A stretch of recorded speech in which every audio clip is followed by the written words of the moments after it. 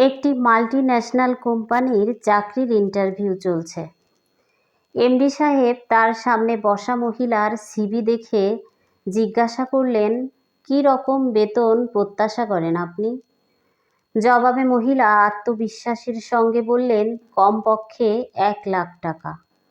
MD সাহেব বিস্ময় গোপন করে দ্বিতীয় প্রশ্ন করলেন, আপনার কি কোনো খেলার প্রতি আগ্রহ আছে? মহিলা উত্তর দিলেন, আমি দাবা খেলতে খুব ভালোবাসি। এমডি সাহেব হাসি মুখে বললেন, দাবা তো খুব মজার খেলা। তা দাবার কোন গুটিটা আপনার সবচেয়ে বেশি প্রিয়? মহিলা সঙ্গে সঙ্গে উত্তর দিলেন, মন্ত্রী। এমডি সাহেব বললেন, কেন?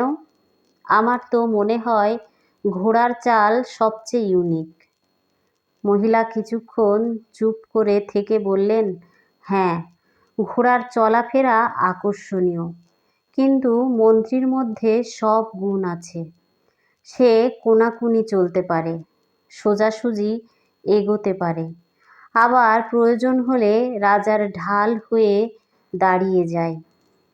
এমডি সাহেব প্রশ্ন ছুড়ে দিলেন, তাহলে রাজাকে আপনি কিভাবে দেখেন?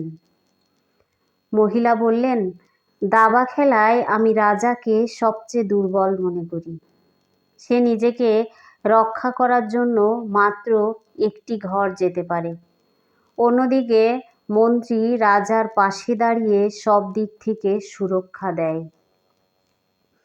এমডি সাহেব মহিলার উত্তরে চমৎকৃত হয়ে জানতে চাইলেন, তাহলে আপনি নিজেকে দাবার কোন গুটির সঙ্গে তুলনা করবেন? মহিলা নির্দ্বিধায় বললেন, রাজা। এমডি সাহেব কিছুটা অবাক হয়ে বললেন, কিন্তু আপনি তো রাজাকে দুর্বল মনে করেন, তাহলে নিজেকে কেন রাজা বলছেন? মহিলা মৃদু হেসে বললেন, বাস্তবেই আমি রাজা ছিলাম, আর আমার মন্ত্রী ছিল আমার স্বামী।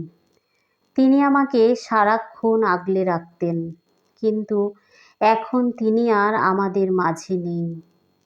এমডি সাহেবের গলা এবার কেঁপে গেল। আপনি কেন এই চাকরি করতে চান? ততক্ষণে মহিলার চোখের কোণ বেয়ে অশ্রু নেমেছে। কিছুটা স্বাভাবিক হবার চেষ্টা করে তিনি বললেন, কারণ আমার মন্ত্রী আমাকে ছেড়ে চলে যাওয়ার পর এখন আমাকেই মন্ত্রী হয়ে আমার সন্তানদের ও পরিবারের দায়িত্ব নিতে হবে। মহিলার জবাবে সবাই স্তব্ধ হয়ে গেলেন। কয়েক মুহূর্তের জন্য ঘরের মধ্যে পিনপতন নীরবতা নেমে এলো। কিছুক্ষণ পর এমডি সাহেব চেয়ার ছেড়ে উঠে দাঁড়িয়ে হাততালি দিয়ে বলে উঠলেন, আপনি একজন সাহসী নারী। আপনার জন্য শুভকামনা। ধন্যবাদ সবাইকে। নতুন নতুন গল্প শুনতে চ্যানেলটি সাবস্ক্রাইব করে চ্যানেলটির সঙ্গেই থাকুন। ভালো থাকুন, সুস্থ থাকুন।